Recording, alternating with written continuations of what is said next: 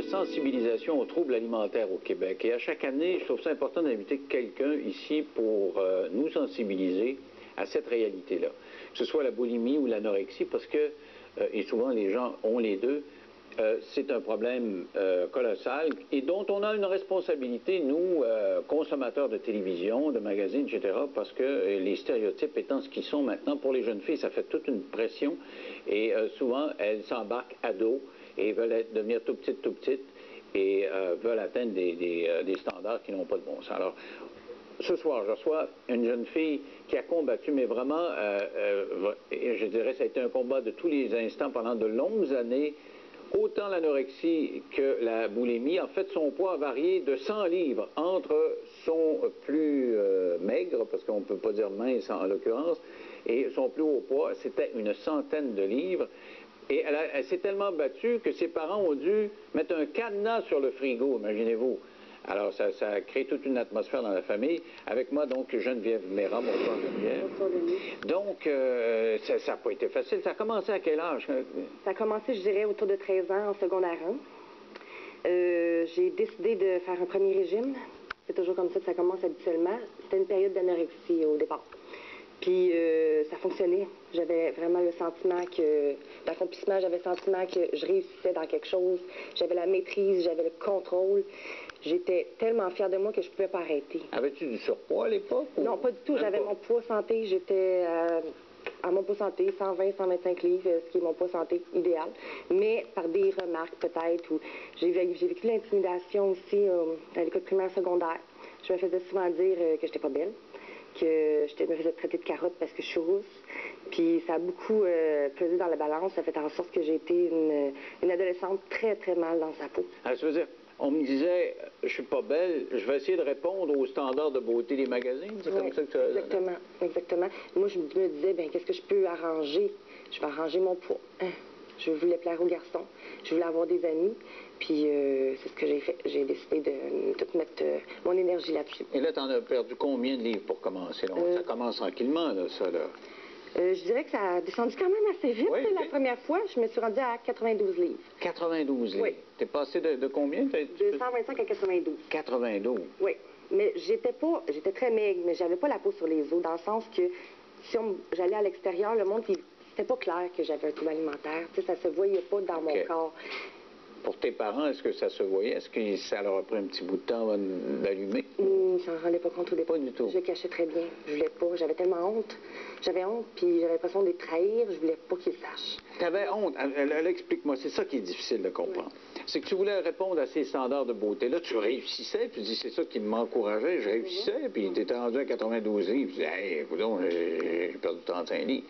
Ouais. Mais, en même temps, tu avais de la honte. Alors, explique-moi ce clivage-là. Parce que mais quand ils s'en sont rendus compte quelques années plus tard, là, je dirais en secondaire 3, vers l'âge de 15 ans, c'était difficile pour eux parce que j'avais des comportements là, vraiment incroyables, des comportements qui sont vraiment pas sains.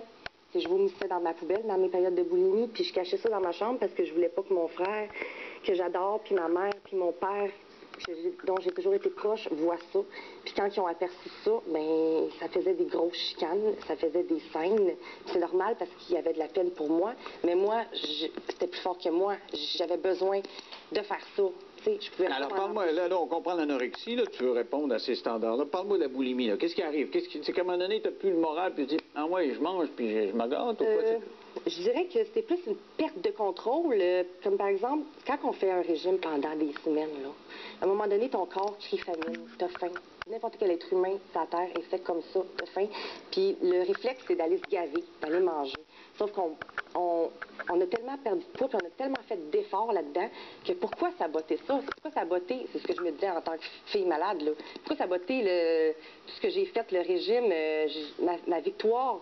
Tu sais, pourquoi saboter ça? Alors, ben, je vais aller vomir, je vais aller me débarrasser de ça. Comme ça, ben, mon poids va rester le même, tu sais. Mais tu l'as perdu quand même, le contrôle du poids, parce qu'à un moment donné, tu as pris du poids quand même. Oui, ça, c'était peut-être un petit peu plus vieille, vers 26-27 ans. Je suis rentrée un soir, puis j'avais vraiment plus le goût de rien. Je voulais mourir. J'étais mal dans ma peau, puis je me suis mis à manger, puis à manger, puis à manger. Puis les vomissements, je me disais, la mort de Geneviève, t'en vaut même pas la peine, là, faites-toi même plus vomir, là. Puis j'ai pris vraiment beaucoup de poids. Ça a fait en sorte que je voulais plus sortir de chez moi. Là, tu as pris 100 livres. Là. Je veux dire, entre ton plus maigre puis ton plus haut, c'est ça. C'est 100. Oui, environ. Alors, donc, tu me parlais de honte à 92. C'est quoi la honte à 192? La honte, c'est de perdre le contrôle, de faire de la peine aux autres, puis d'être boulimique, parce que être boulimique, là, c'est très honteux. C'est tabou dans la société. C'est comme, on perd les pédales, c'est pas beau ce qu'on fait, on mange, puis après on va se vider, il n'y a rien de... Est-ce que ça veut dire que tu mangeais plus que ce qu'on peut manger? Beaucoup. Donne-moi des exemples. Qu'est-ce que tu vas manger? Tout ce qu'il y avait dans le frigidaire. Je pouvais vider une commande dans l'espace de 2 jours, une commande de 150 pièces dans l'espace de 2 jours. Mes parents, ils n'avaient pas le choix de mettre le cadenas sur le frigidaire, ils n'avaient pas le choix, parce que je dévalisais. Alors, là, à un moment donné, à force de trop manger, ils ont mis un cadenas. Et eux avaient le numéro, avaient la clé? Moi, il y avait toute la clé. Tout le monde dans la famille. C'était très honteux. Mes amis de la maison, ils voyaient ça. Les amis de mon frère, mais il n'y avait pas le choix. Il n'y avait pas le choix. Ça aurait coûté combien? Ça aurait coûté d'argent. C'est pas possible, là, vider autant, prendre autant de nourriture. Alors, j'essaie de comprendre. C'est un peu comme un alcoolique qui sait qu'il y a de la boisson là-dedans, puis c'est barré, puis il a soif, puis il peut pas rentrer dans le bar. C'est un peu ça. Oui, mais Denis, l'affaire, c'est que l'alcool, on peut s'en passer complètement, tandis que la nourriture, on en a toujours de besoin. Faut toujours manger minimalement. Il faut manger minimalement, fait que c'est d'avoir un juste milieu là-dedans, mais c'est ce que j'avais de la misère à trouver. Est-ce que, moi quand je suis nerveux, là, j'en mange plus, ça fait quelques années, mais quand j'étais nerveux, j'avais des épisodes de chips, là, je pouvais bouffer un gros chip comme ça dans le temps de le dire.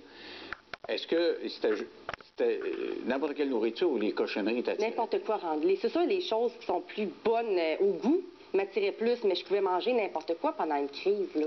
Je pouvais manger de la bouffe froide, je pouvais manger... je n'ai pas été jusqu'à fouiller des poubelles, mais ça a l'air que ça se fait. J'ai même mon médecin à l'hôpital Sainte-Justine qui m'avait conté à un moment donné qu'il y avait des boulimiques qui pouvaient manger de la bouffe d'animal, de chien, de chat, parce que la nourriture n'est pas accessible.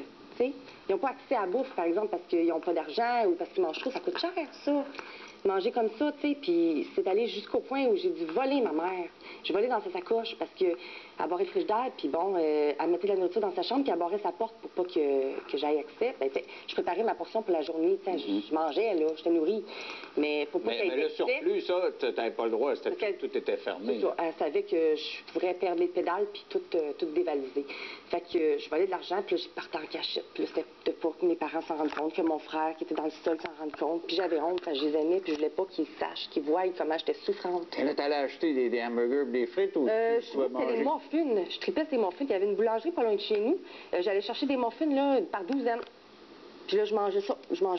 En cachette? Ouais. Puis là, après, j'allais dans la salle de bain à un moment donné. Mais quand mes parents s'en sont rendus compte, quand j'ai dit à un moment donné, j'avais besoin de... J'étais déchiré par la honte et tout ça. Ouais. J'avais besoin d'affronter la situation. Alors, si tu veux, justement, on va parler comment casser cette honte-là, puis comment tu as vécu ces montagnes russes-là, parce qu'on n'a pas mis ça d'un point de vue chronologique, mais on va essayer de comprendre comment tu es passé d'anorexie à boulimie, de revenir anorexique, etc. On en parle dans 3 minutes après la pause.